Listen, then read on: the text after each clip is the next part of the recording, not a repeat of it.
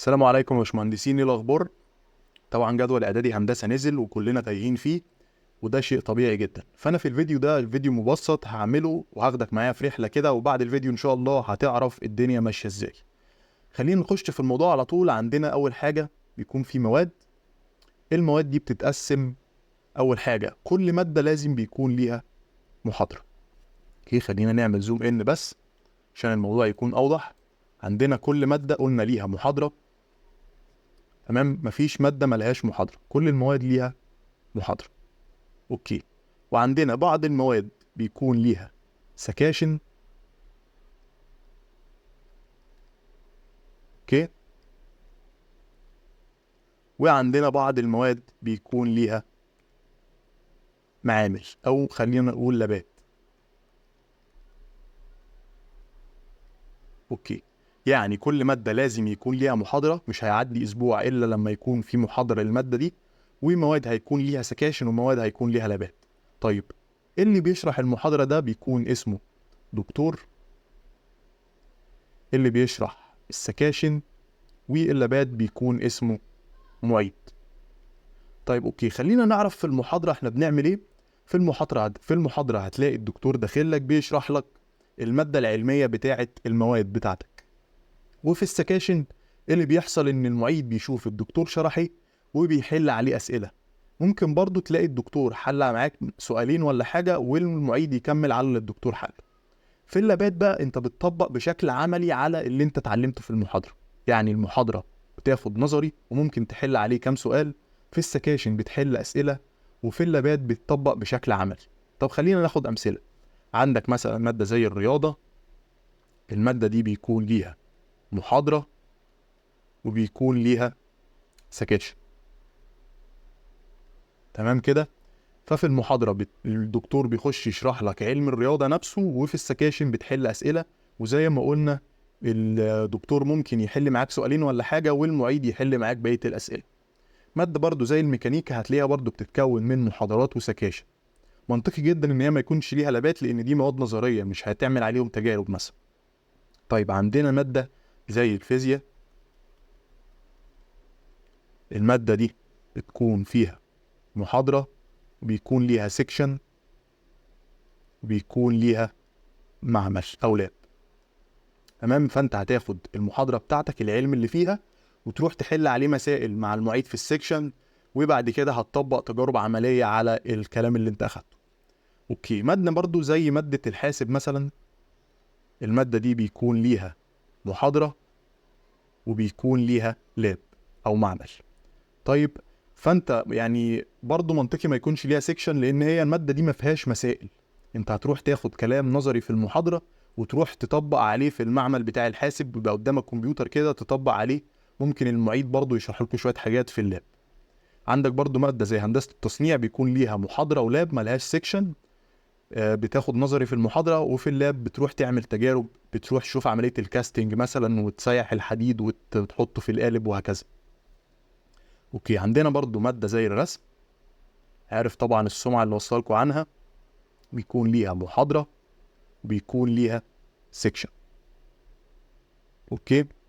بس السيكشن بقى بتاع مادة الرسم مختلف عن جميع السكاشن. ليه؟ لانك في المحاضرة بتروح الدكتور يشرح لك الكلام بشكل نظري. وبعد كده في السيكشن بيقول لك بقى احنا هنطلب منك. بيكونوا منزلين لك بعد المحاضرة حاجة اسمها شيت. الشيت ده عبارة عن PDF كده بيكون فيه شوية رسومات وأسئلة. بيطلبوها منك المعيدين في السيكشن، بيقول لك تعالى السيكشن الجاي وانت حالل سؤال كذا وكذا جوه الشيت. وبتروح بتكون حللهم وبتروح تسلمهم وبتاخد عليهم درجة. ممكن برضه يقولوا لك خلي بالك ان احنا هندي لك سؤال من الشيت تحله لنا جوه السيكشن وبرضه بتتقيم عليه. اوكي، خلينا بعد كده بقى ننتقل لتقسيمة الجدول. الجدول بتاعنا بيكون متقسم كالآتي. الجدول بيكون متقسم لمجموعات وأيام. اوكي. كل مجموعة بيكون جواها فصول أو سكاشن. اللي نقولوا عليها فصول أو سكاشن. تمام. وكل فصل أو كل قصدي مجموعة بتتكون من كام سيكشن؟ بتتكون من 8 سكاشن. اوكي، طب والايام بتاعتنا كل يوم متقسم لكام فتره؟ متقسم ل5 فترات. 5 فترات. تمام، كل فتره بتكون مدتها ساعه و40 دقيقه. تمام، ده كده كل الكلام اللي احنا محتاجينه عشان نفهم الجدول. خلينا ننتقل للجدول ونشوف. طيب يا باشمهندسين، خلينا نشوف الجدول مع بعض. زي ما قلنا الجدول متقسم لايام ولمجموعات. كل يوم بيكون متقسم جواه لمجموعه من الفترات، وكل مجموعه متقسمه لسكاشن. اوكي، هنفترض مثلا ان انا هتكلم هنا في كلامي عن المجموعه الاولى، والكلام اللي انا هقوله كله هيكون بينطبق بنفس الطريقه على باقي المجموعات.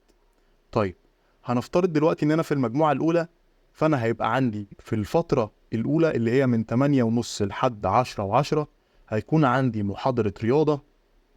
تمام، في مدرج كاف واحد، ايا بقى كان انا سيكشن ايه. طالما انا في المجموعه الاولى يبقى انا في الميعاد ده وعندي محاضره رياضه في المدرج ده، ومن 8:30 ل 10:10.